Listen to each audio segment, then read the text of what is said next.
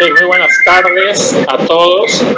Siendo las 5:30, vamos a comenzar este nuevo simposio también de laparoscopía, pero con el tema de histerectomía laparoscópica.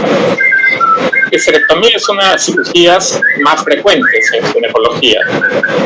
La primera vez que se hizo por laparoscopía fue hace un poco más de 30 años, con equipos que hoy consideraríamos primitivos, y con un instrumental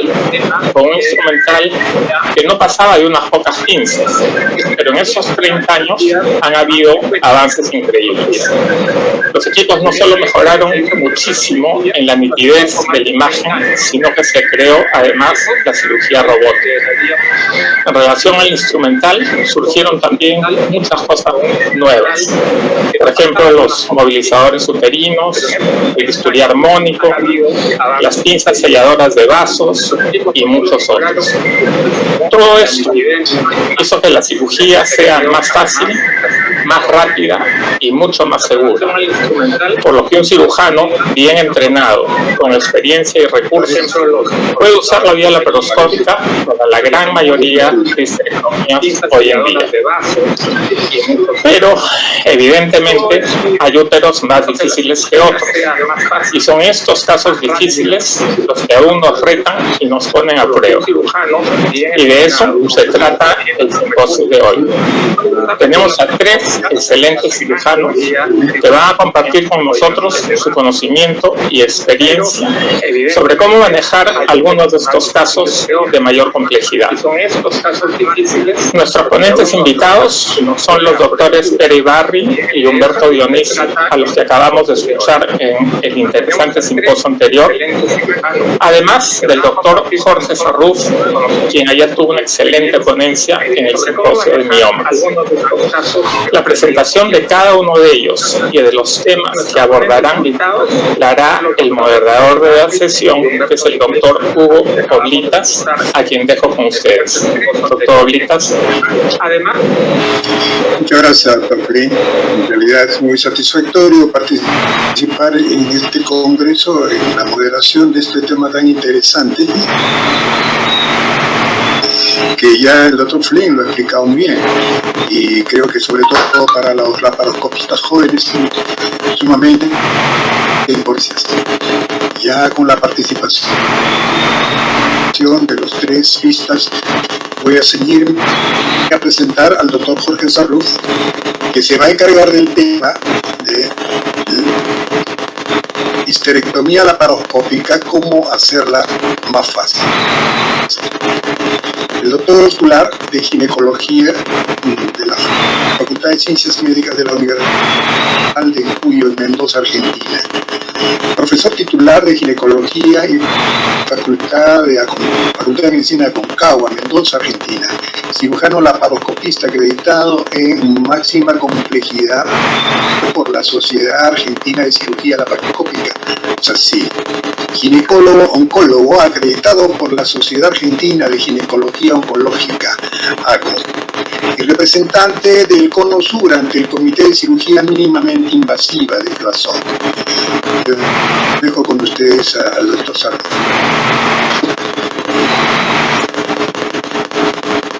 Muy buenas tardes. Mi agradecimiento a la Sociedad Peruana de Obstetricia y Ginecología en la invitación. Es un gusto realmente estar con ustedes, que a todos nos hubiese gustado estar en Lima, pero no faltará otra oportunidad. A mí siempre me gusta hacer un poquito de historia y mostrar nuestra experiencia. Este es el hospital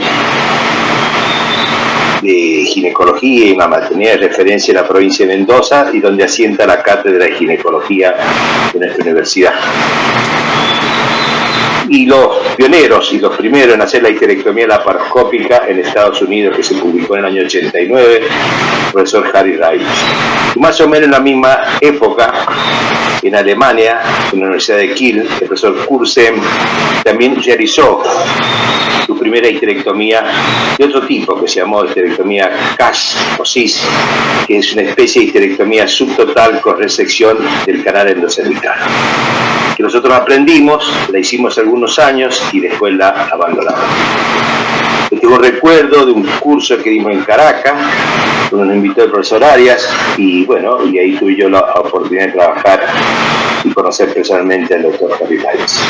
Y este es el profesor Cursem, que vino varias veces a la Argentina en los años 80. En esta oportunidad está entrenando acá una de las primeras endocámaras. Este es mi amigo Leopoldo Videla.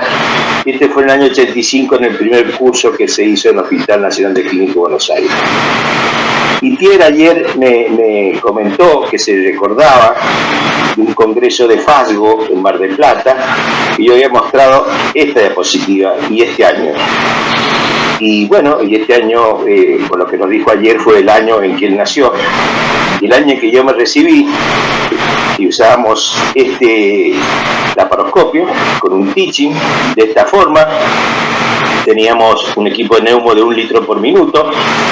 Bueno, y hacíamos laparoscopías diagnósticas, pequeñas cirugías, digo de trompa, y así fue como empezamos. Y esta fue nuestra evolución y nuestra experiencia. Entrando en el tema de la histerectomía. La histerectomía es una de las operaciones más frecuentes en el mundo occidental. Es la tercera operación más frecuente en los Estados Unidos, después de la cesárea y la colecistectomía. La vía vaginal en los cirujanos entrenados es efectiva, simple y muchísimo más económica. Por eso llamaban a escuchar que yo soy también un entusiasta defensor de la vía vaginal, porque coincido con todo eso. Entonces, en mi pensamiento, yo creo que la histerectomía laparoscópica tiene indicaciones en patología maligna, en el cáncer de cuello uterino, que está en revisión, depende de la estadía y el tipo de operación, en el cáncer endometrio, en algunos cánceres de ovario en estadios mínimos iniciales. Todo esto ya es una especialización mayor en cirugía oncológica. Y en la patología benigna, la que vamos a ver ahora, la indicación más común es la de los miomas uterinos, la adenomiosis y la miohiperplasia. Yo creo que la histerectomía laparoscópica es una alternativa a la histerectomía abdominal. Es como que si compitiera, es una alternativa, pero no es un sustituto de la histerectomía vaginal. Yo pienso que la histerectomía vaginal sigue siendo muy vigente y en nuestra escuela y en nuestro hospital así lo pensamos. La histerectomía laparoscópica tiene ventajas, y obviamente son todas las ventajas que tiene la laparoscopía. Menor tiempo de internación, menor tiempo en la cirugía, porque no hay que hacer laparotomía ni cierre de laparotomía, una rápida recuperación en el postoperatorio. Hoy en día se hace la histerectomía interdía, ya se va a la casa, menor dolor porque no tiene laparotomía, ausencia de lirio, no hay descubrimiento intestinal, y esto hace muy bien en la recuperación, reinserción laboral pronto, menos complicaciones y evita la cicatriz. Siempre hay que hacer una muy buena historia clínica, el nombre del paciente, diagnóstico, las propuestas, las comorbilidades, antecedentes alérgicos importantes, implantes metálicos, marcapasos, bueno, todo esto es muy importante con el equipamiento y la tecnología. La posición de la enferma va a depender de la camilla, el tipo, pero los dos brazos paralelos, las piernas vendadas o con mangas, en suspensión, la altura de la rodilla tiene que estar a la misma altura del abdomen para que pueda circular bien el instrumental, el sondaje vesical permanente, el instrumental adecuado, y esta es la posición correcta que hacemos al principio. La distribución del equipo, nosotros preferimos usar esto. El cirujano va a la izquierda de la paciente y mira este monitor, el anestesista va en la cabecera, enfrente a la derecha de la paciente el primer ayudante, el segundo ayudante sentado que maneja la vía vaginal, que es importantísima. El manejo es otro trócar o dos trócares en su prevalencia, es manejar bien la vía vaginal, y la instrumentista que ve en este otro monitor. Nosotros usamos este tipo de entradas, vía umbilical de observación y una triangulación, posiliaca derecha, izquierda y suprapúbica en forma de triángulo. El movilizador uterino es clave, es fundamental, y existen diferentes tipos, formas, y cada uno tiene que usar el que tenga y que lo sepa usar bien, porque es importantísimo estabilizar y mover el útero. El útero también se lo puede usar con una cánula hueca de Ruin, pero no es la ideal esto es ideal para la cromotubación con azul de metileno en el estudio de fertilidad. Pero en la histerectomía lo ideal es este movilizador que se llama de Clermont-Ferrand. Porque la histerectomía laparoscópica se necesitan movilizadores muy eficaces. sofisticado que permite la elevación, descenso, la versión, la rotación. Este es el que nosotros sugerimos, es costoso, está bien, pero es reciclable. Y permite hacer todas estas maniobras, la elevación, acá tiene para evitar que salga el aire, la rotación, la tracción, la flexión. Preconizamos las 3 vías, como le decía, umbilical, foncina carencia izquierda y suprapúbica. Y sugerimos que todos los trocas tengan el mismo instrumental, el de entrada de la óptica de 10 y todos los trocas auxiliares de 5, así es posible usar todo el instrumental que tenemos de 5. Y acá podemos hacer maniobras de prensión, tracción, coagulación, corte, y son instrumentos de multifunción. Yo pienso que la gran ventaja que tiene la histerectomía laparoscópica es la visión.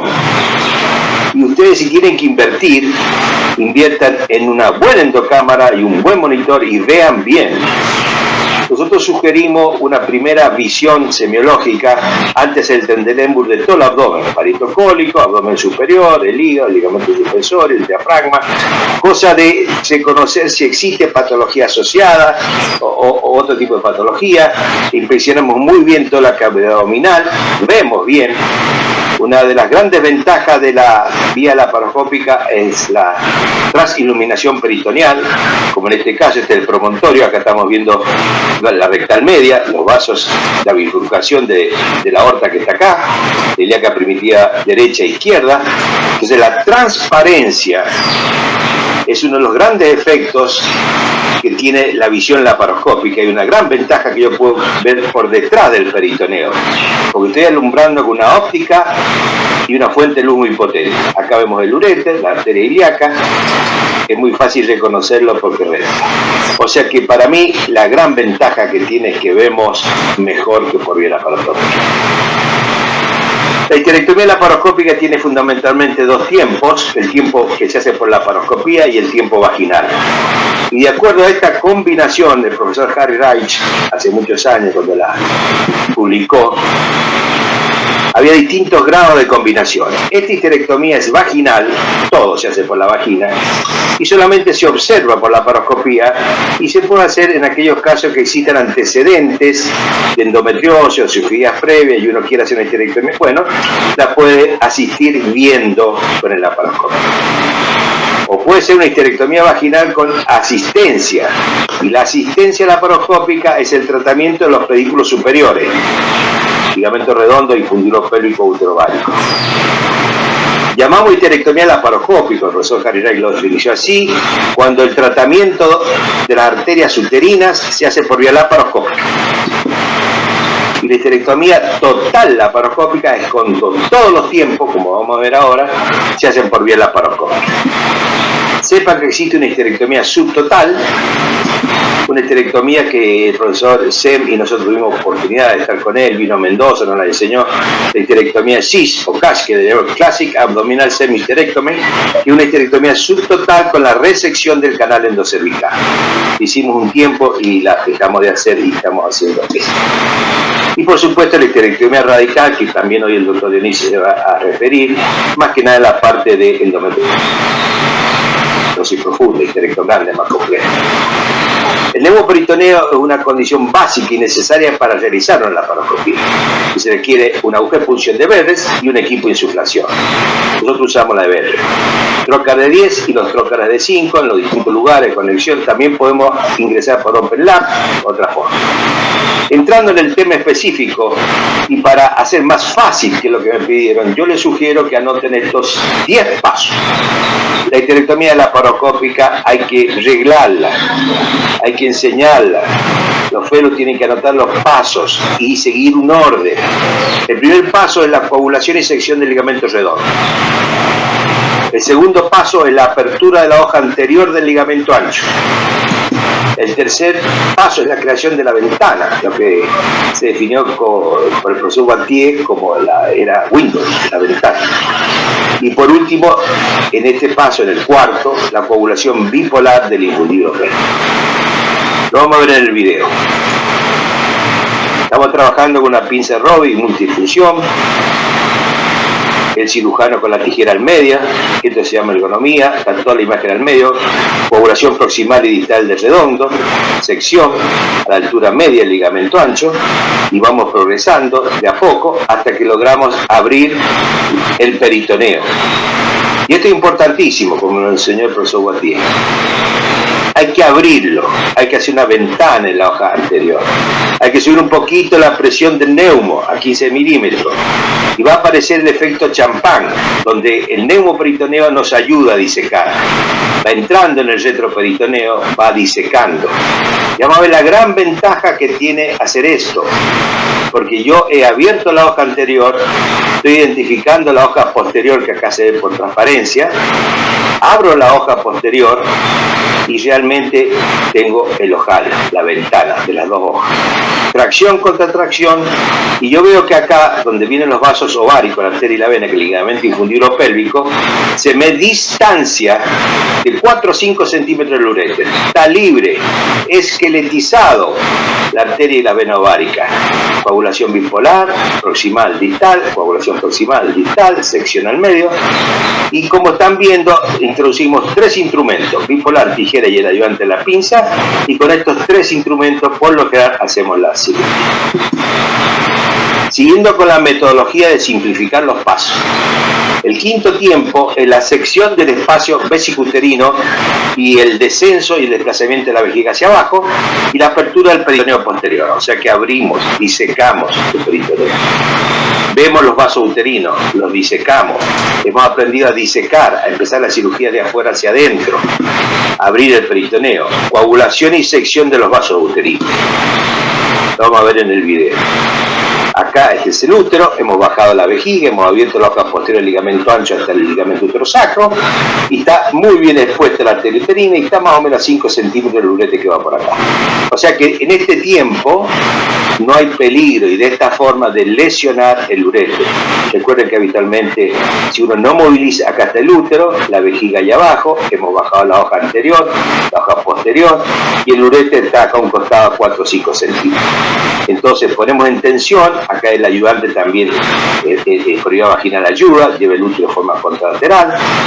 Entonces esta coagulación de los vasos uterinos con energía bipolar es siempre la misma metodología, coagulación proximal, distal, sección al medio, lejos del ureter. Nos da seguridad. Y coagulamos los vasos uterinos hasta encontrar la fase. Esto sería un poco el nivel y la seguridad. Y como ustedes ven, queda perfectamente sellado. Existen otros tipos de instrumentos y aparatos para sellar vasos. Nosotros usamos muchísimo la energía bipolar y material reutilizado. El octavo paso es la apertura de la vagina, la extracción del útero con el noveno paso, y una vez que sacamos el útero, cerramos la vagina. Este sería el 10º paso. En los primeros años usamos un tubo de acrílico fijo que nos servía de molde para abrir la vagina. También se puede usar la valva del Simón Ferrán, que es muy buena, o también se puede usar otro tipo de técnica, por ejemplo, algún tipo de histerectomía especial.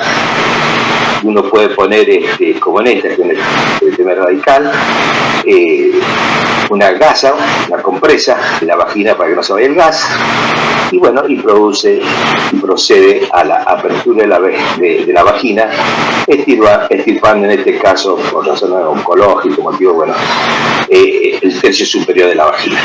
Estas serían histerectomías oncológicas, donde uno hace una mayor disección, y la histerectomía por patología benigna, con la ayuda del hook, hacemos la apertura sobre la pala, digamos, del movilizador, que es de porcelana. Cerramos la vagina por vía laparoscópica. El punto, por lo general antes usábamos puntos continuos, después surjet, monofilamentos, suturas barbarias, es más fácil, pero recomendamos esto. Este punto que tome bien la vagina, la mucosa y la fascia, y se ligue al ligamento uterosacro, que se ligue al otro ligamento uterosacro, técnica que Macaulay hace una suspensión. Y también otra enseñanza en la escuela francesa es el lavado, que el lavado lo hacemos al final de la cirugía. Aspiramos, controlamos la hemostasia, el sangrado, la ureter, el vaciamiento pelviano del lado izquierdo, el psoas, la arteria externa y desde el otro lado. Muy bien. La prevalencia de la hemorragia disfuncional en Estados Unidos es del 20% en personas mayores de 40 años. Por ello se hacen más o menos 600.000 histerectomías por año. Entre el 20 al 40% de las efectuadas en Estados Unidos y Reino Unido son por sangrado uterino anormal, que no mostraban anomalías en el útero en el estudio de anatomía patológica. No se sabe muy bien cuál es la tasa en un país ideal, pero depende de su formación y de su pensamiento. En Estados Unidos, más o menos la posibilidad del 25% de una vida de someterse a histerectomía. Pero en cambio, fíjense, en Dinamarca operan menos en las pacientes, y más o menos desde el 10%. La histerectomía es una cirugía altamente efectiva. Tiene una alta tasa de satisfacción, mejora la calidad de vida y mejora la calidad sexual, porque resuelve el problema, no sangra más. Y una completa resolución del tratamiento menstrual, de hemorragia, y sin ninguna posibilidad de recidiva porque el útero no está más. Pero, como todas las cosas, es una cirugía mayor, así que hay que respetarla. Causa a veces disconfort, algunas molestias en las primeras semanas siguientes. La tasa de mortalidad cada vez es más baja, gracias a Dios baja, pero sepan que existe. Las complicaciones, bueno, cada vez van disminuyendo, pero están. Y quien no tiene operaciones porque no opera, y a medida que opere mejor, baja sus complicaciones. Y bueno, y pueden aparecer hematomas, fiebre, depende de la experiencia. Como conclusión, esta es una revisión de Cochrane. Estudios de resultados de salud, luego una histerectomía, concluyen que es una operación altamente efectiva. Mejora la calidad de vida, la función sexual, resuelve completamente la hipermenorrea, la hemorragia, sin posibilidad de recurrencia. Yo les quería mostrar este aviso. La Federación Latinoamericana, FLASOC, tiene un comité de cirugía mínimamente invasiva, y con un grupo de colegas y amigos latinoamericanos que encabezó el profesor Jimmy Castañeda de Colombia, hicimos un libro que se llama Cirugía Mínimamente Invasiva. Tiene más de 500 páginas. Yo sí les sugiero que ustedes lo busquen en la página web de la FLASOC. Es gratuito, lo pueden bajar, lo pueden imprimir, se lo pueden dar a los residentes, a los fellows, todo el mundo lo puede tener. Y lo más importante, que es totalmente latinoamericano. Somos todos los que hemos escrito, hemos hecho algún aporte. Está el profesor Celis también del Perú, que nos acompañó. Y bueno, yo esto se los quiero recordar para que lo tengan presente y lo tengan de consulta. Y con esta hermosa imagen de la Cordillera de los Andes en mi provincia, en Mendoza, yo le doy todas las gracias a ustedes, y bueno, estaremos dispuestos al final del simposio por cualquier tipo de pregunta. Gracias. Muchas gracias, doctor Sarruf. Creo que ahora continuamos con la segunda presentación. Es el doctor Pere Barry, de España, que nos va a hacer la presentación de histerectomía en úteros grandes. El doctor Pere Barry, director del Departamento de Obstetricia, Ginecología y Medicina de la Reproducción del Hospital Universitario Texas. Responsable de la unidad de endometriosis profunda y del programa de reconstrucción genital. Especial interés en endometriosis profunda, cirugía reproductiva y de suelo pélvico. Miembro del Board of Directors de AGEA en representación de Europa, África y del Medio Oeste. Lo dejo al doctor Pere Barry. Muchísimas gracias de nuevo por seguir contando con nosotros. Me iba a decir a altas horas de la noche, aquí en España van a ser ya las 12 de la noche. Vamos a ver.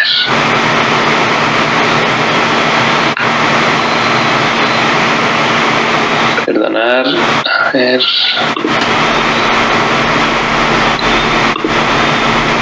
Estáis viendo ya la presentación.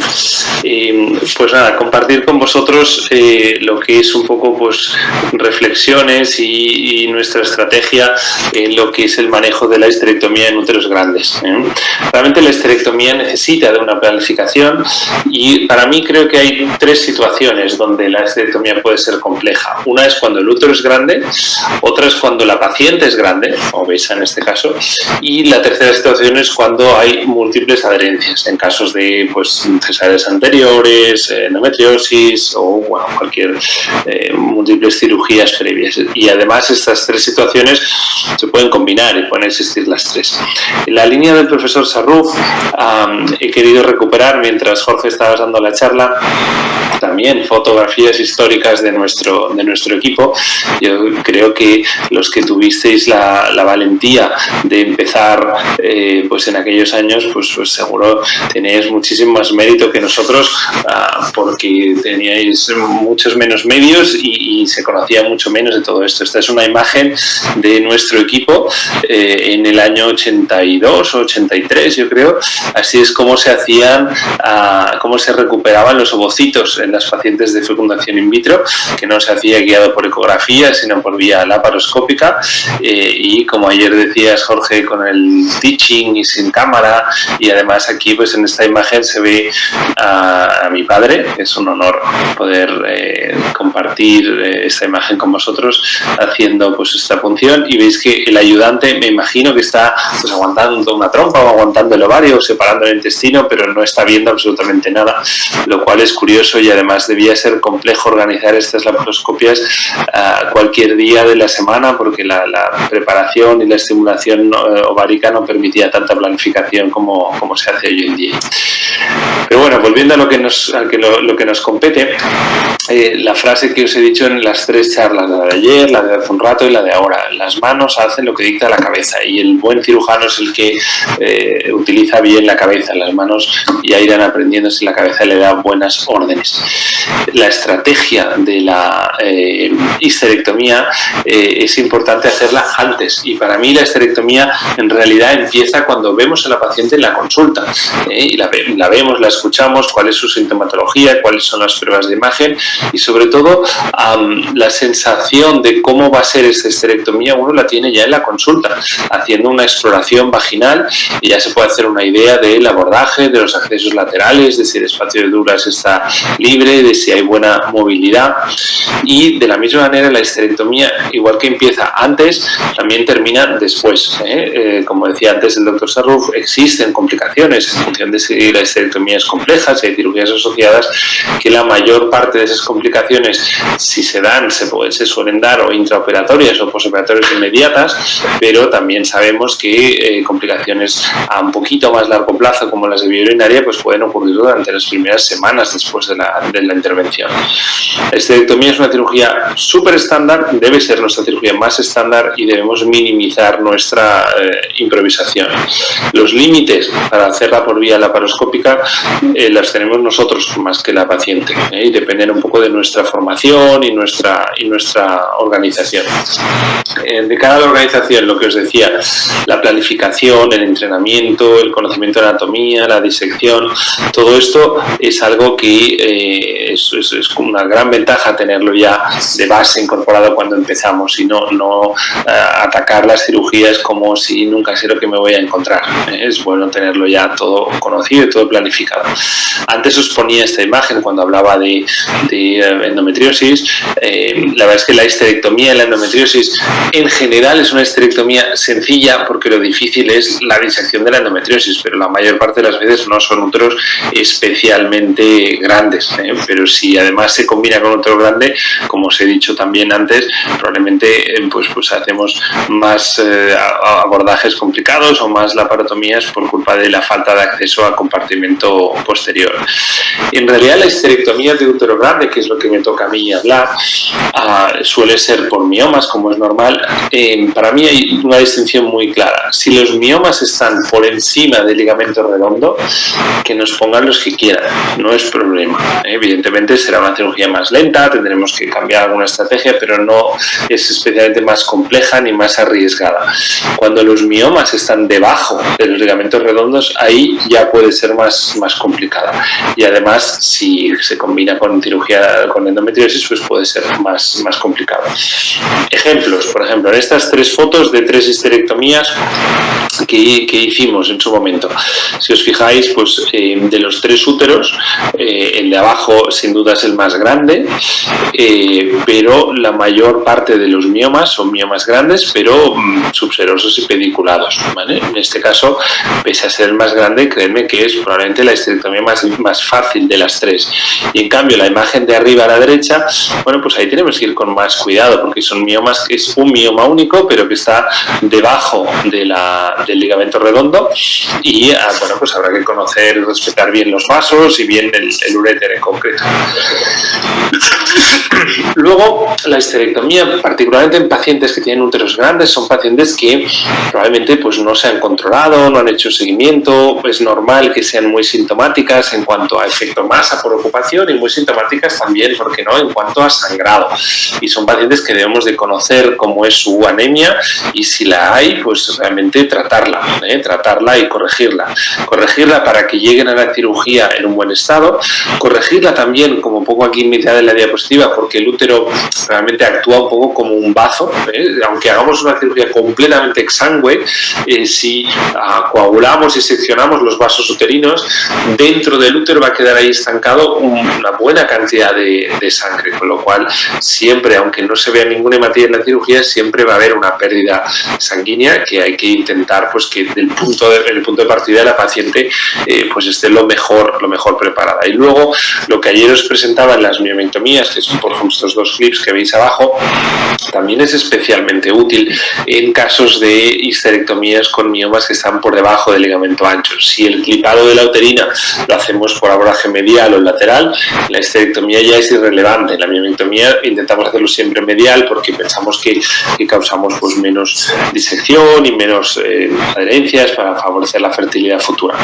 Luego un concepto que es bonito de entender, realmente la imagen que nos da la laparoscopia, que como decía Jorge es lo más importante, es la visión, la mayor diferencia que nos aporta respecto a la laparotomía, en realidad no es una imagen real, es una interpretación de la realidad, y nosotros tenemos que diseñar una estrategia para que esta interpretación de la realidad sea lo más ventajosa posible.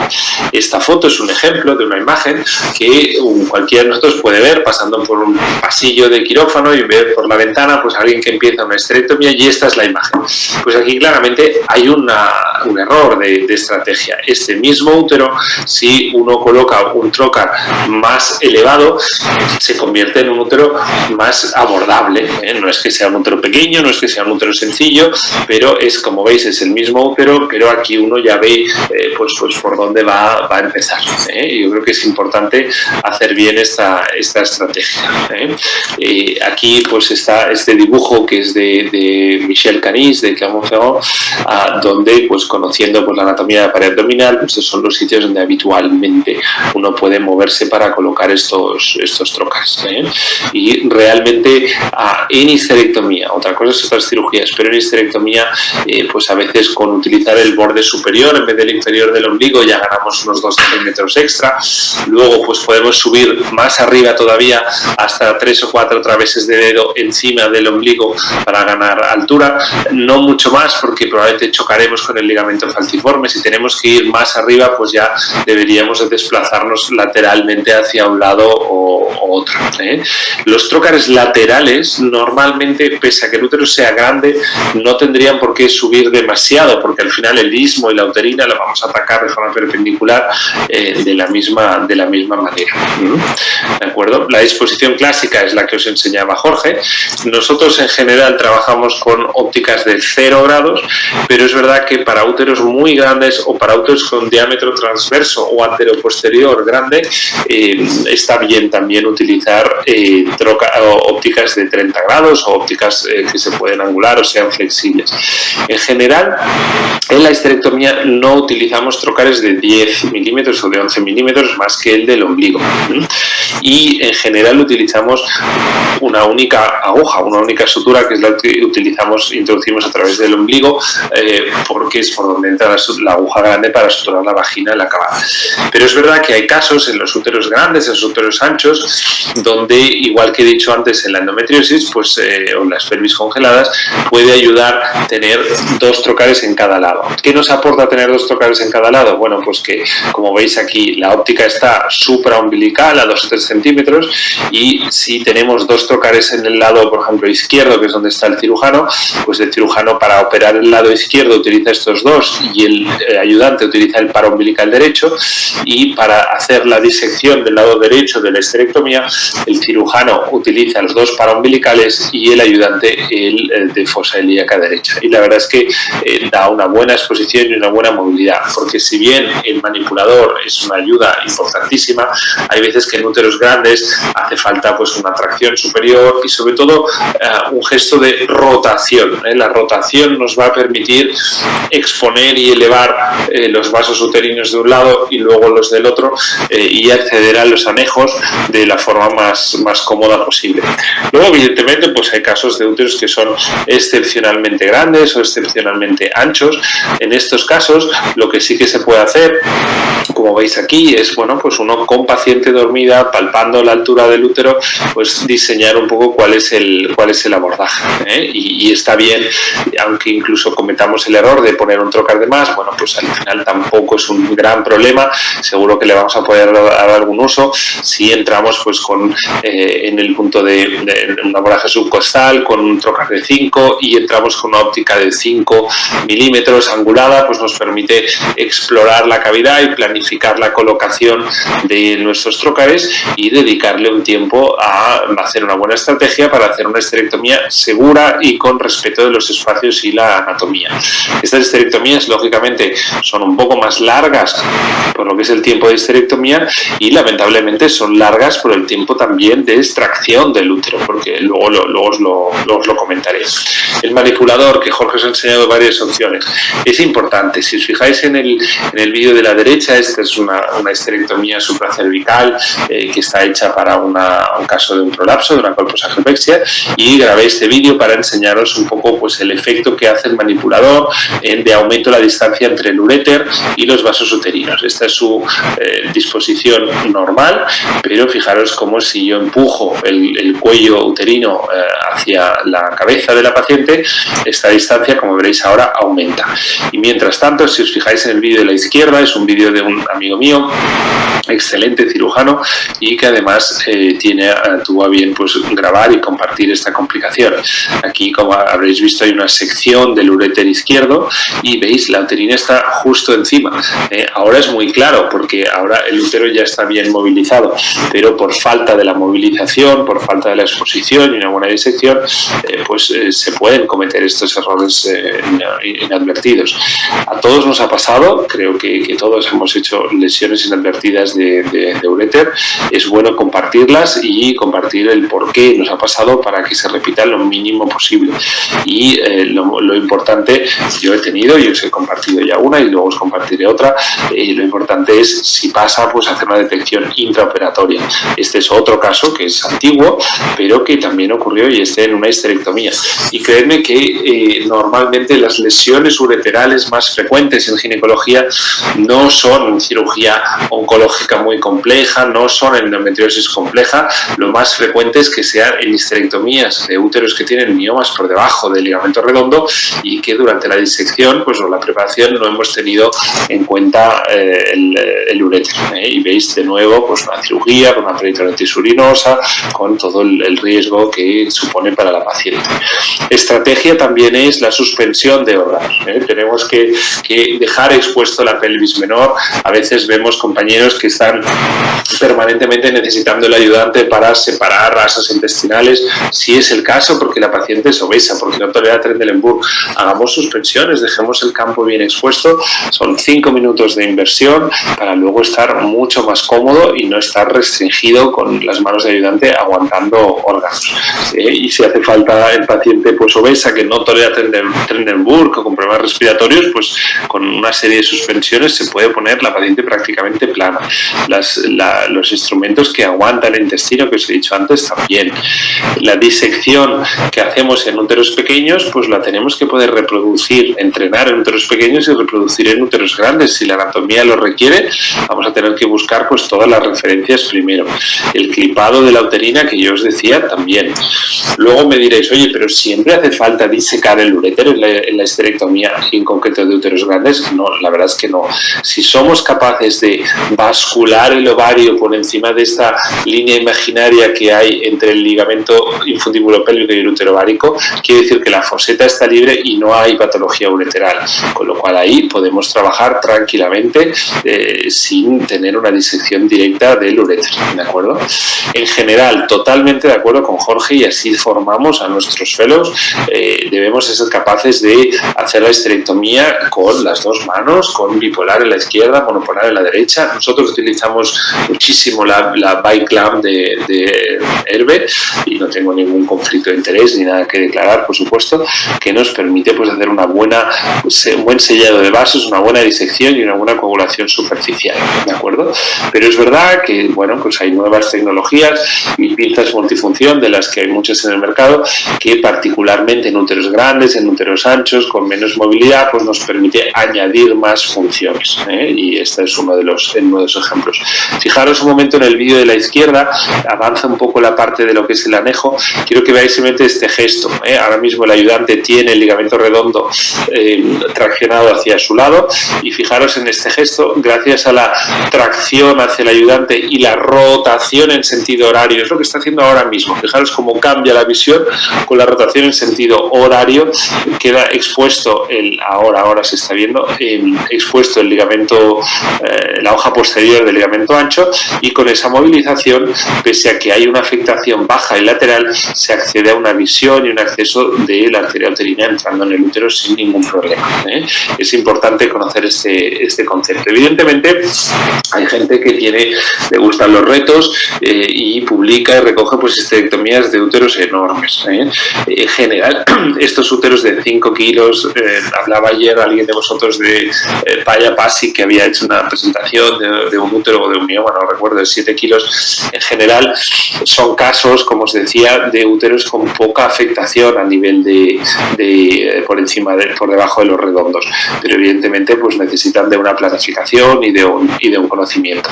Y como dice este estudio del equipo de Robinson, evidentemente pues cuantas más experiencia en úteros grandes uno tiene, pues menor es la tasa de conversión, de transfusión, de hemorragia. Esto tiene todo el sentido. Para úteros grandes hay aprendizajes que hacemos de otras técnicas, pues como aquí, ¿no? Pues en este caso no es un útero muy grande, pero bueno, es un buen ejemplo de cómo el clipado de las uterinas y la disección del origen de la arteria pues nos permite trabajar con más comodidad cuando hay una afectación del ligamento ancho. Para la histerectomía hay que conocer también el retroperitoneo. Clipamos aquí pues la arteria uterina y hacemos de este lado esto, y en el otro lado pues una histerectomía totalmente normal. Lo mismo con la endometriosis. Conocemos nuestra disección y lo que os decía, la histerectomía y la endometriosis no es más difícil. Lo difícil es la preparación de la endometriosis, que ya os he enseñado antes. Si no hacemos bien la exposición y la movilización, puede haber riesgo de lesiones térmicas. Es un vídeo que grabé hace muchos años de una lesión vesical por proximidad. Aquí quien me pasó este vídeo cometió el error de simplemente reforzar por dentro de la cavidad abdominal, hacer como una aplicatura de la pared de la vejiga. Esto es un gran error, porque aquí pues esta lesión térmica produjo una escara y produjo una fístula vesicovaginal. Aquí lo que había que haber abierto la vejiga y recortado y suturado tejido sano. Y esta foto de la derecha es una complicación mía también, de que a veces pues el uso excesivo de electrocirugía puede hacer que haya una dehiscencia de la sutura vaginal y la paciente pues venga a urgencias con un susto importante, como es que una asa de intestino delgado salga por vagina. Y termino con cómo termina esta histerectomía de úteros grandes. He sido capaz de hacer la histerectomía con todas estas estrategias, pero ¿cómo lo quitamos? ¿Cómo lo sacamos de la barriga?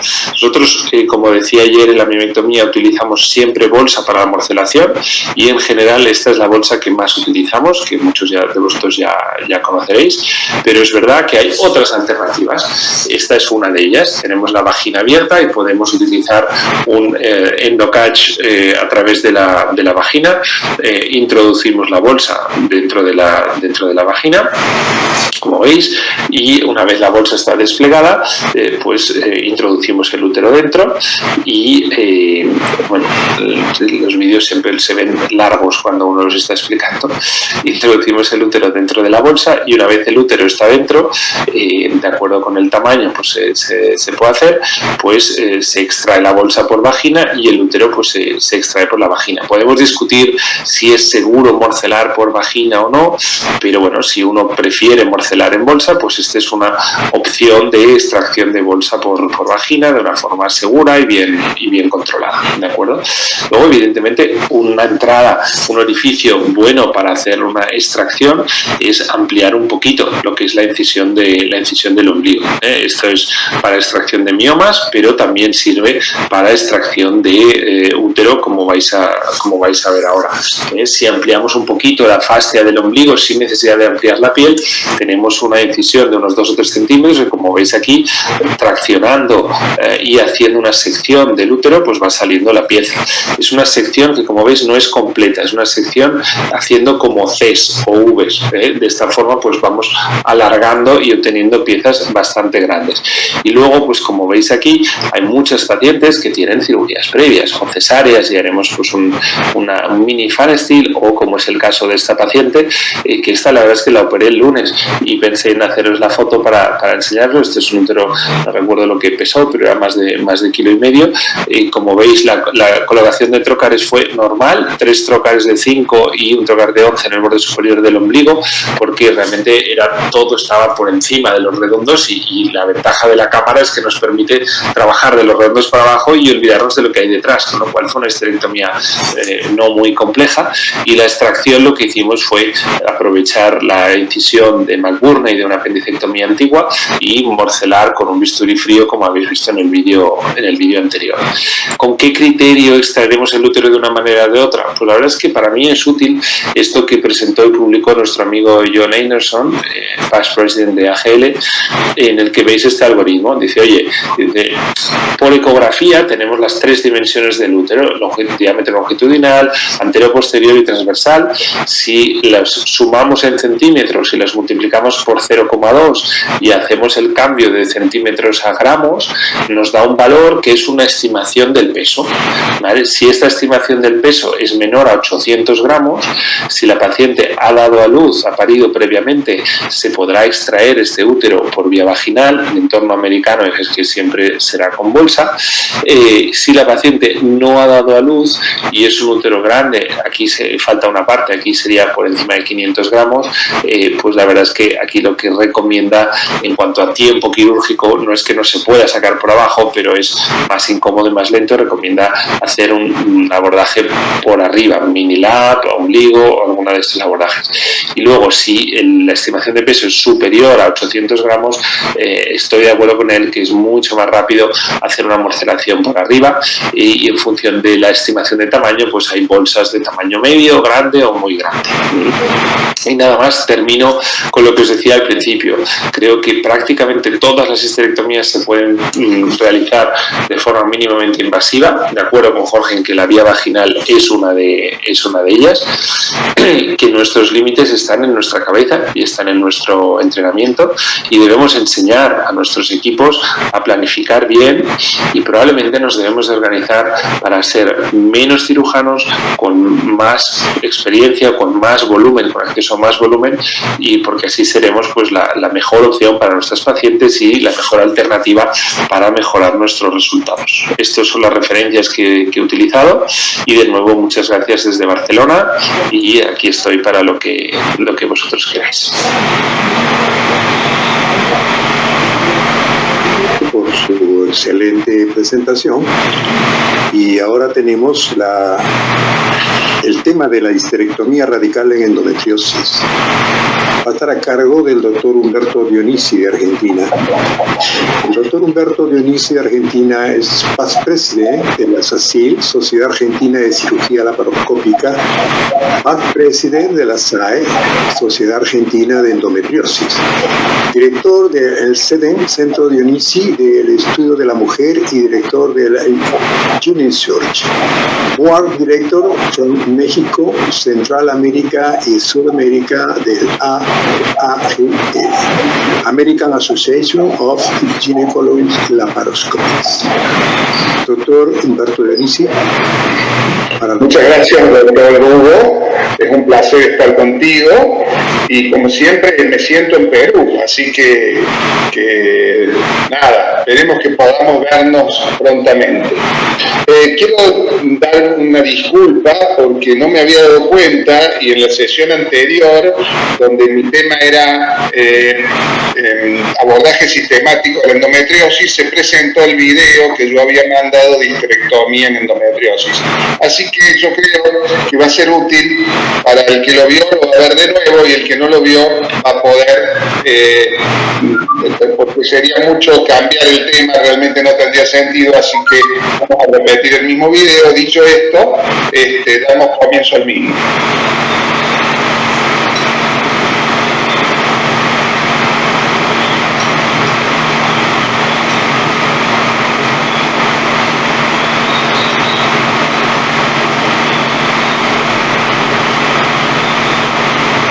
Total laparoscópica y endometriosis profunda, pasos seguros y reproducibles. No tengo relaciones financieras que declarar. Los objetivos de esta charla van a ser describir el papel del examen preoperatorio, imágenes y la planificación quirúrgica, identificar las variables que presenta un útero en una paciente con endometriosis profunda para su manejo laparoscópico, manejar estas variables, las estructuras anatómicas críticas y los pasos de disección esenciales para realizar una histerectomía laparoscópica de manera segura en una paciente con endometriosis.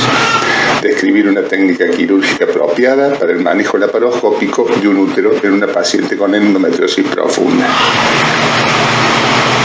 Cuando comenzamos a aprender cirugía, generalmente imitamos los pasos que nuestros maestros nos enseñan.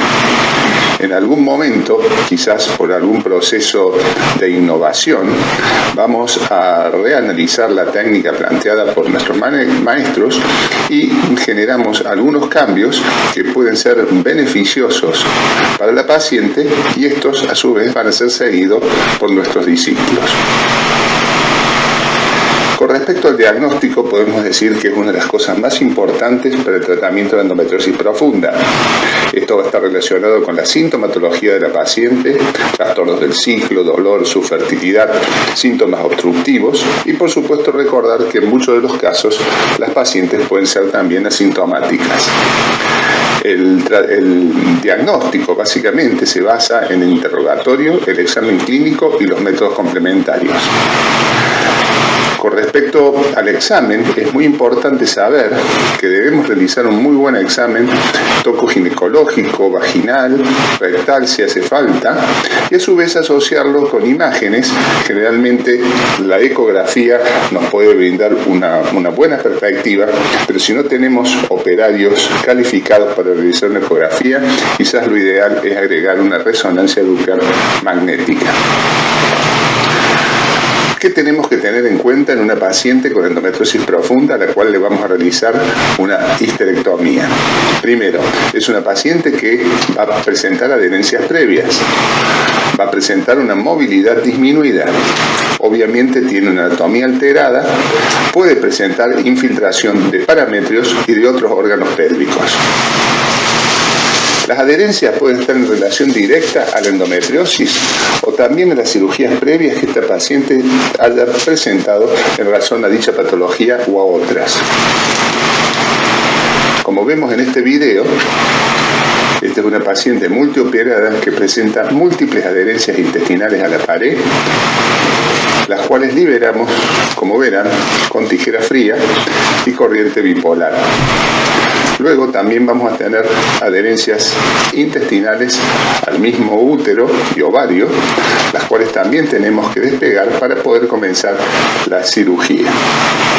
Muchas veces estas adherencias pueden ser bastante importantes y debemos tener mucho cuidado porque estamos trabajando con tejidos debilitados y aunque queden indemnes, es decir, no le presenten lesiones cortantes, pueden tener lesiones térmicas o de debilidad que nos den complicaciones en el postoperatorio. Acá ven cómo terminamos de desprender todo lo que es el intestino de la parte posterior del útero para hacer lo que nosotros llamamos la recuperación de la anatomía. Realmente es un paso importante e indispensable para continuar este tipo de cirugía. Bien, ¿qué debemos de tener en cuenta? Obviamente, la cirugía de endometriosis profunda debe ser sistemática y centrípeta. ¿Qué significa esto? Debemos de tratar siempre, en todas las cirugías, de repetir los mismos pasos y ir generalmente de afuera hacia adentro, de tejido sano a tejido enfermo. En la primera parte vamos a identificar el infundíbulo pélvico, el uréter, el nervio hipogástrico, el ligamento uterosacro y el espacio recto-vaginal. Comenzamos liberando el colon izquierdo, donde vamos a identificar el infundíbulo pélvico, luego el uréter. Tratamos de liberarlo completamente y lateralizar el uréter hacia, en este caso, el lado izquierdo. Y luego vamos a profundizar la disección en busca del espacio de Okabayashi, donde se encuentra el nervio pélvico. Como verán, estamos utilizando corriente bipolar en la mano izquierda y energía mecánica representada por el bisturí armónico en la mano derecha. Continuamos con disección suave, divulsión. Esto es importante para tener el menor sangrado posible y poder realizar la identificación de todos los elementos. Realizamos la sección del ligamento redondo, identificamos el tronco del obliterado, el cual nos sirve para disecar lo que es el espacio paravesical primero, hasta llegar al músculo elevador y las venas profundas, y luego continuamos la disección hasta identificar los vasos uterinos que nos van a dar la posibilidad de liberar completamente el paramétrio lateral y posterior, los cuales generalmente tienen que ser escindidos. En la imagen del video podemos identificar la vesical superior y la arteria uterina, que conjuntamente con el tronco de la arteria umbilical obliterada conforman las ramas terminales de la arteria hipogástrica. De esta manera nos queda presentado tanto la fosa paravesical, la fosa pararrectal, el espacio del asco y el espacio de Okabayashi. Continuamos disecando el espacio de Okabayashi y separando, en este caso, un quiste del ovario izquierdo, hasta identificar el nervio pélvico en la profundidad. Generalmente se encuentra a 2,5 centímetros del mesuréter, pero recuerden que la anatomía en endometriosis puede estar alterada y puede estar mucho más próximo de lo que lo hemos descrito. Realizamos la coagulación y sección de los vasos del infundíbulo pélvico del lado izquierdo y continuamos con el lado derecho abriendo el peritoneo, identificando, como dijimos, el infundíbulo pélvico, el uréter y el nervio hipogástrico. Continuamos utilizando las mismas energías, tratando de disminuir al máximo el sangrado para poder tener una buena visión de la anatomía, que es quizás una de las cosas más importantes para realizar con éxito este tipo de cirugía. Como vemos, lateralizamos el uréter y continuamos la disección en profundidad para poder identificar el nervio pélvico. Entonces repetimos la maniobra del otro lado, tenemos por fuera el infundíbulo pélvico, luego el uréter y en profundidad el nervio pélvico. es importante también avanzar con respecto a la fosa paravesical para poder determinar luego el origen de la arteria uterina. Y acá vemos cómo queda presentado el lado derecho. Luego vamos a trabajar por dentro y tratar de identificar también el ligamento uterosacro derecho, como se ve en la foto del video. Bien.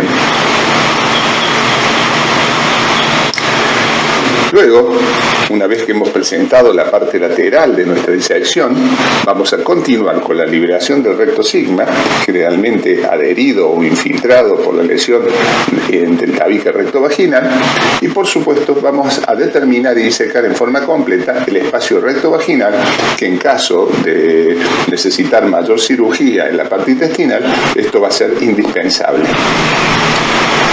Como ven, con la disección lateral, trabajando por dentro del ligamento uterosacro, comenzamos a descender las adherencias de lo que es el recto sigma al tabique rectovaginal o a la porción retrocervical del útero.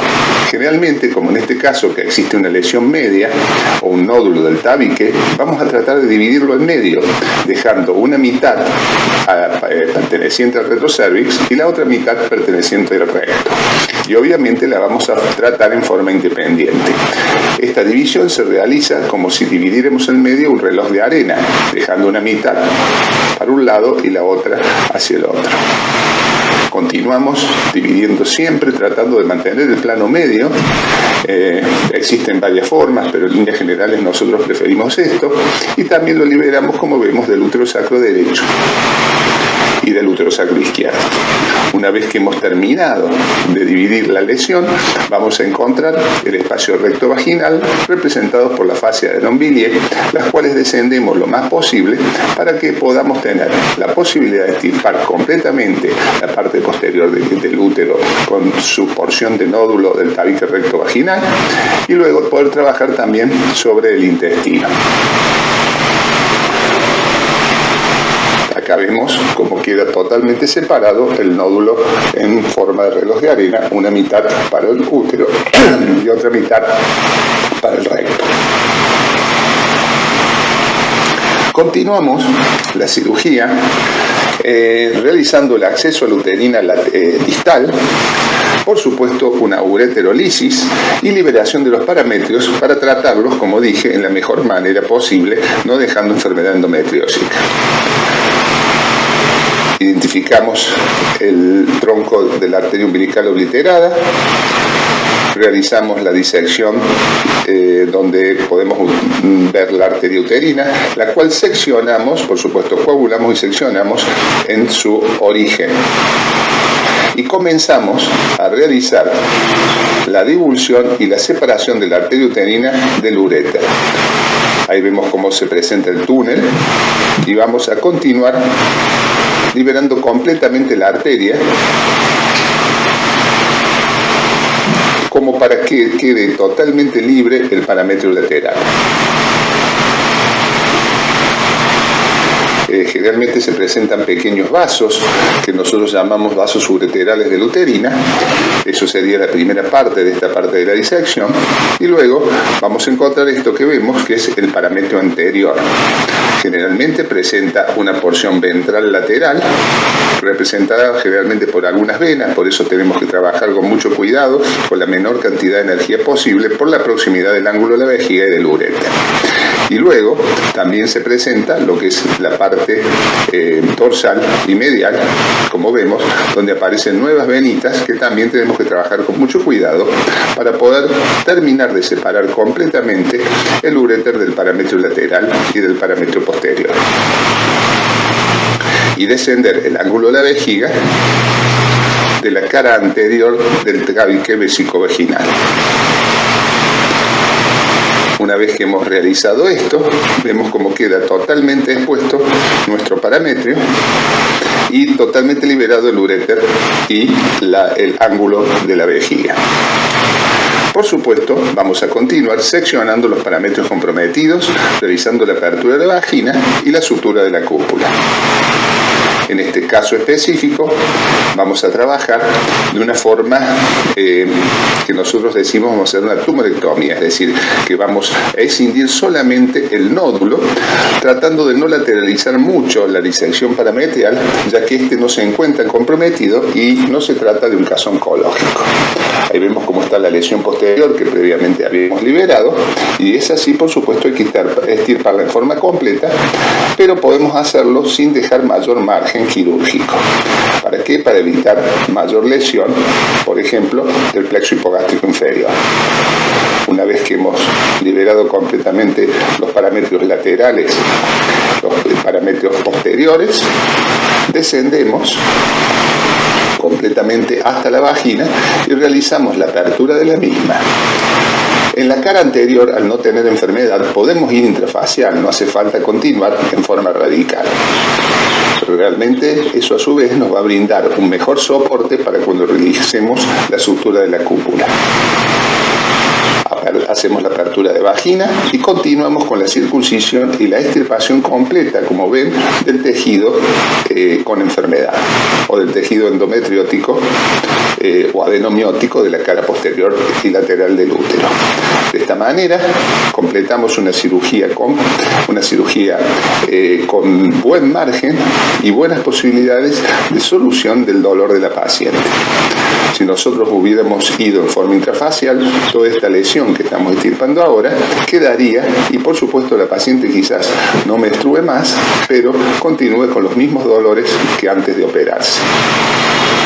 Terminamos totalmente la circuncisión del útero y, como vemos, así nos queda, luego de la sutura de cúpula, totalmente liberado lo que es el plexo hipogástrico, o sea, el nervio pélvico. El plexo hipogástrico inferior queda totalmente lateralizado, totalmente despegado el colon de ambos lados, y ahí tenemos la oportunidad de ver muy claramente el nervio pélvico derecho.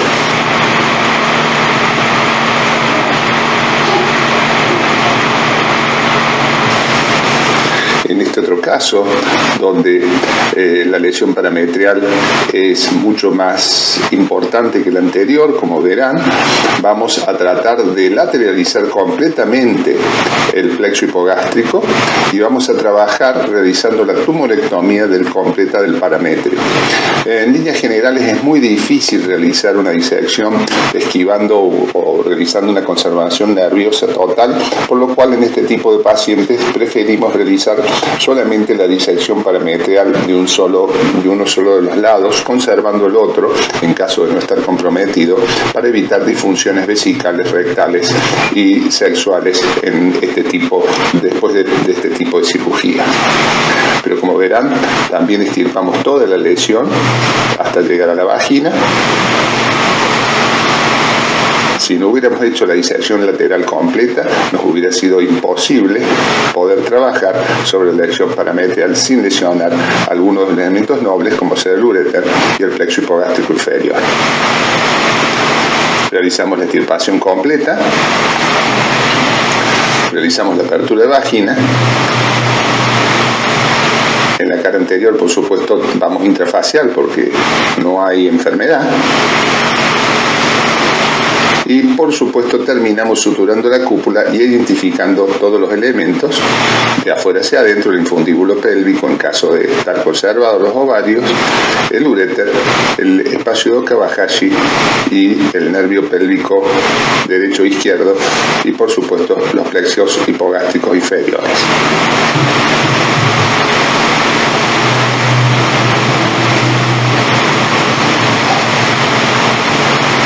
Después de terminado, ven que realmente queda una presentación anatómica bastante clara de todos los elementos mencionados.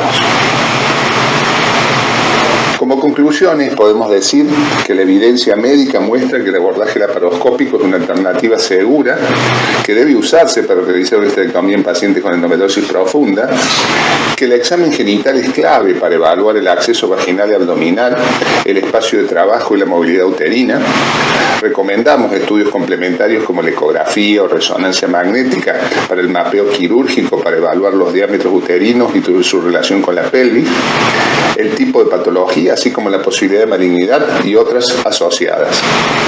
se debe realizar una cirugía sistemática, centrípeta, generalmente yendo del tejido sano al tejido enfermo, permitiendo el reconocimiento de los elementos nobles para evitar lesiones de los mismos.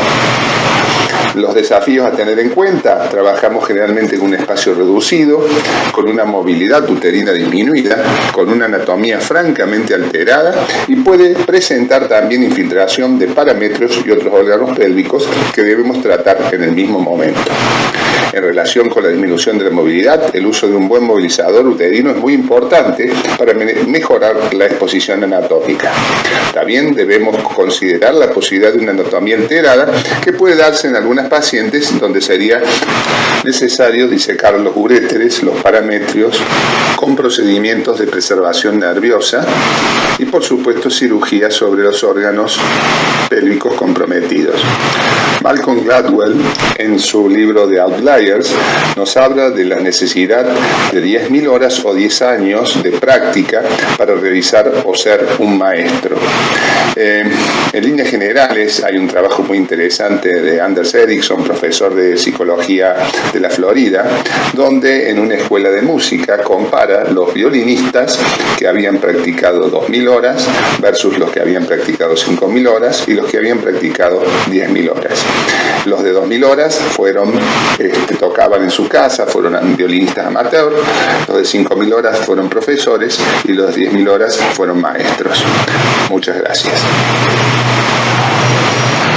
Muchas gracias, doctor Dionisi, por su brillante presentación. Yo creo que hemos asistido a 3 excelentes presentaciones de este tema tan apasionante que es la paroscopía y ginecología, especialmente en la histerectomía.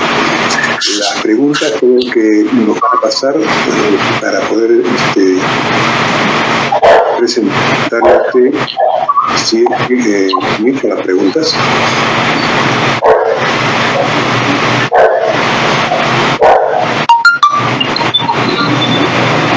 Creo que no hay ninguna pregunta. Sí, hay una ahí, doctor. ¿Qué sutura prefiere para sellar la cúpula? ¿Qué sutura prefiere para...? Bueno, los 3 han hecho la histerectomía, los 3 han cerrado la cúpula y creo que uno de ellos puede darnos esta respuesta. Nosotros usamos el Vicry número 1, usamos endosutura, usamos puntos en X y empezamos por los ángulos, tomando bien la mucosa vaginal con su fascia y forma posterior que toma el ligamento uterosacro. Hacemos uno en cada ángulo y después en medio podemos poner 2 puntos más. Ese es lo habitual. Existen otras técnicas más fáciles, que con sutura barbada, en surjet. En otros países las suturas son caras y bueno, pueden tener efectos adversos. Pero lo más común y habitual es el Vicry número 1. Usar suturas con nudos externos y bajanudos. Yo creo que cada uno tiene que practicar y hacer lo que mejor sepa hacer, pero existen variantes. Eso haciendo toda la sutura por vía endoscópica. Hay quienes usan la vía vaginal para sellar la vagina. Yo creo que es correcto. Yo creo que está bien. Hay mucha gente que tiene muchísima experiencia en cirugía vaginal. Nuestra escuela es vaginalista también. Y no competimos y sin lugar a dudas el cierre por la vía vaginal es mucho más rápido y mucho más fácil. Y no hay ningún menosprecio de cerrar la vagina por vía vaginal. Y la verdad es que, Jorge, nosotros cerramos exactamente igual como tú dices, con un bicril y con una aguja de 34 o 36 milímetros. Es verdad que en general cerramos siempre por vía laparoscópica y bueno, al final si es estándar el cierre, pues tampoco es un poquito más lento que el cierre por vía vaginal, pero a veces el cambio de arriba a abajo, más o menos el tiempo es el mismo, ¿eh? Es muy interesante el planteo y creo que es una gran duda. Siempre el cierre de cúpula fue un tema interesante. Yo también hago exactamente lo mismo. Cierro con Bicryl, he probado todo, monocril, diferentes tipos de suturas reabsorbibles de diferentes tiempos. He probado surjet, he probado puntos separados y realmente me vuelvo a lo que hacía cielo abierto, que es los puntos separados en X con Bicryl. Respecto a la sutura barbada, es muy cómoda, es muy rápida, pero como dijo Jorge, a veces da molestias a largo plazo, puede dar este tipo de sangrado, realmente presenta algunos cuadros que son muy incómodos. Y con respecto al abordaje para el cierre de cúpula, estoy totalmente de acuerdo con Jorge que se puede hacer tanto por vía laparoscópica como por vía vaginal, pero si la estamos haciendo por vía laparoscópica, la terminemos por vía laparoscópica, y si la estamos haciendo por vía vaginal, la terminemos por vía vaginal. Realmente, si no, quizás a los que están empezando, yo les recomendaría que vayan a un pelvic training a hacer sutura y no que vayan a la vía vaginal.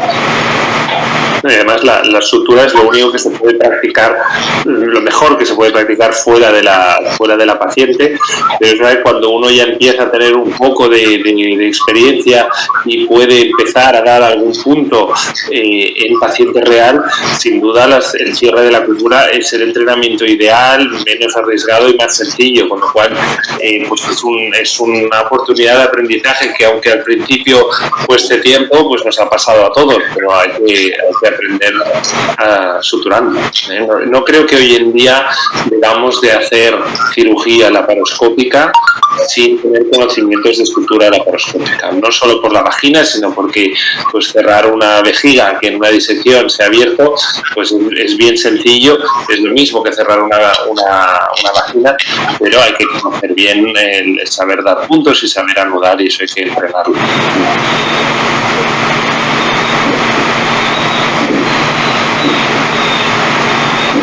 Muy bien, muchas gracias. No sé si habrá otra pregunta, por favor. ¿Qué instrumentos usa para la hemostasia de los vasos, usualmente? Bueno, parece que nosotros, como yo lo mostré en el video que presenté, estamos muy acostumbrados a hacer energía bipolar con una pinza multifunción que se llama Robi, que permite la rotación en bipolar.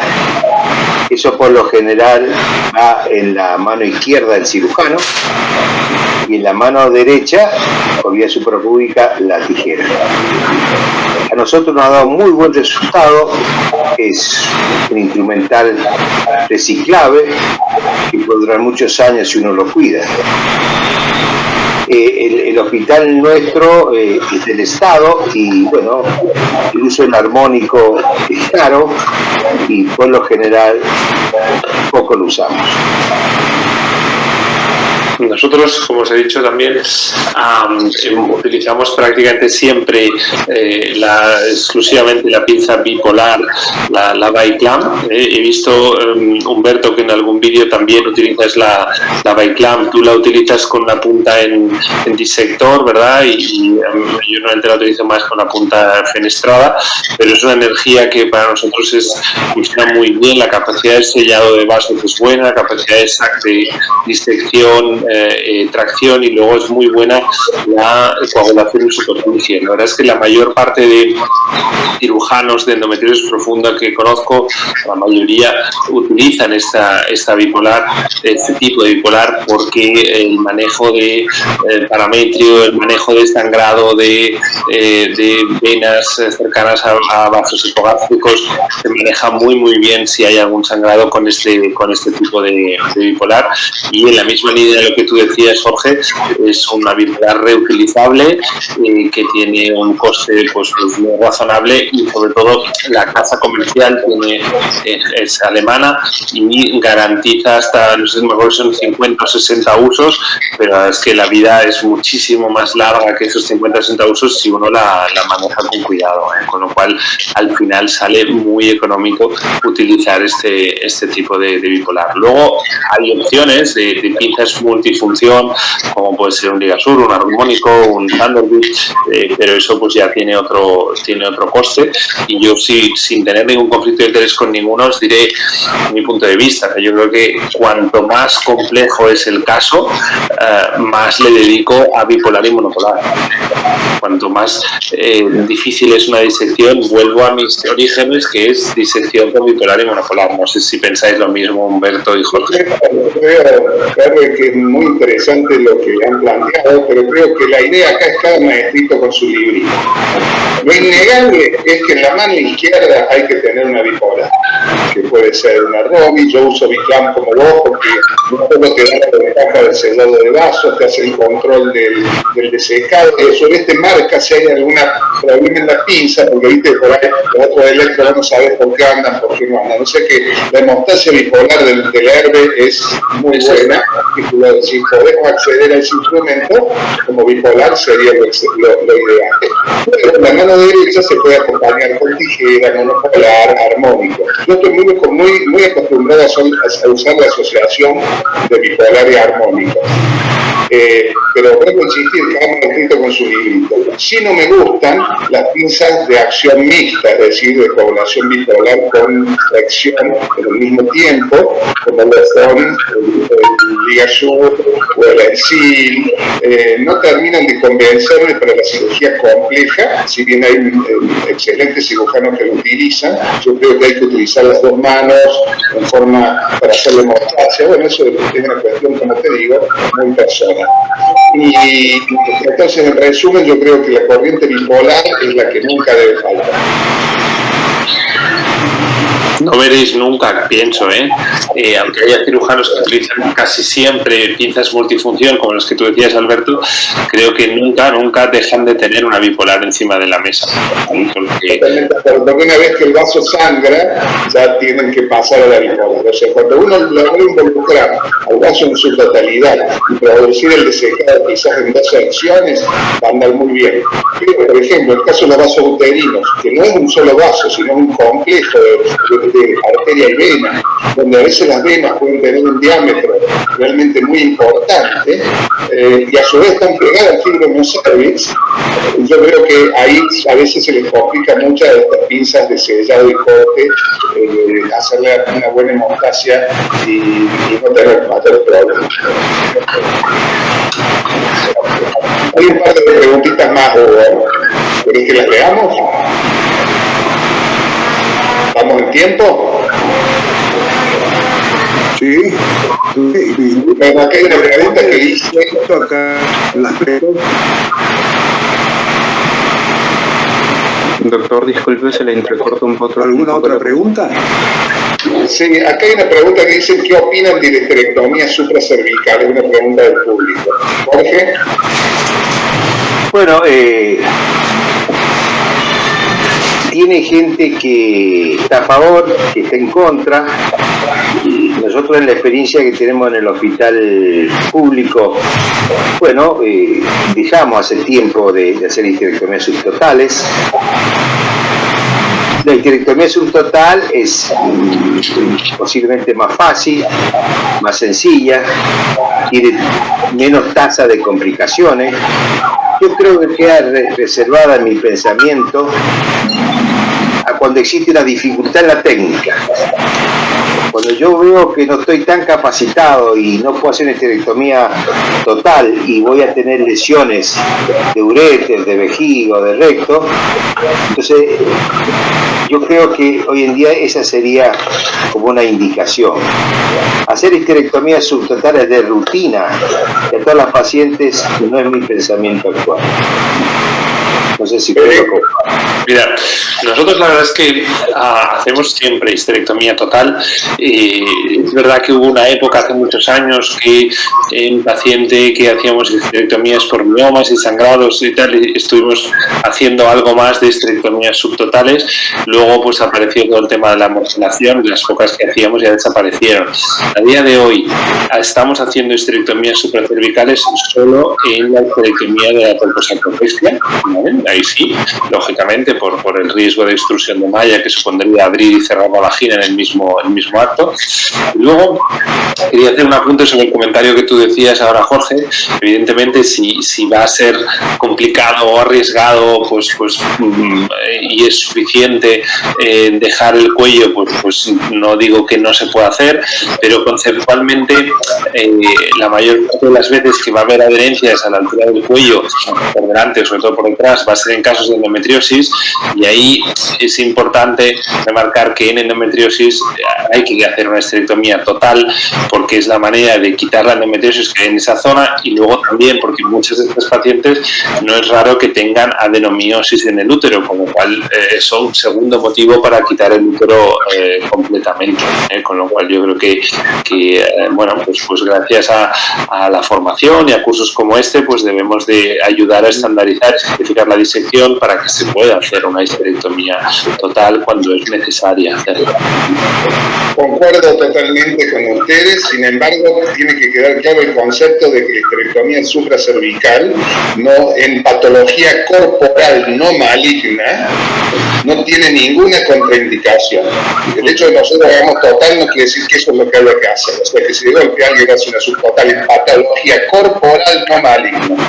En el caso de la histerectomía supracervical laparoscópica, lo dijo Pérez recién, lo que lo ha complicado es la morcelación obligada, y con el cuestionamiento de la morcelación es donde se ha vuelto más complejo el poder realizarlo. Pero si uno hace una cirugía abierta, realmente no tendría ninguna contraindicación de realizar una histerectomía supracervical.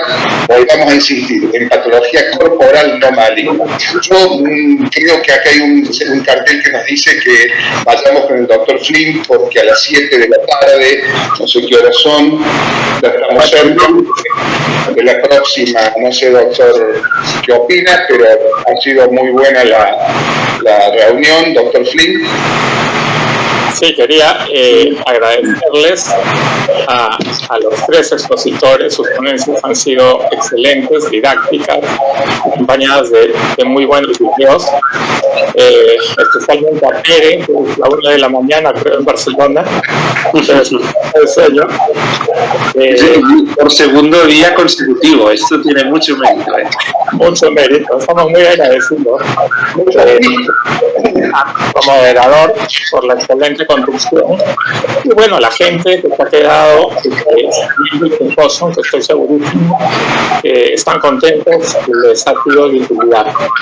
Doy entonces por finalizado este evento e invito a la gente que se mantenga conectado al siguiente simposio, el de presentación del proyecto FugoSpock, el aborto terapéutico en nuestro país.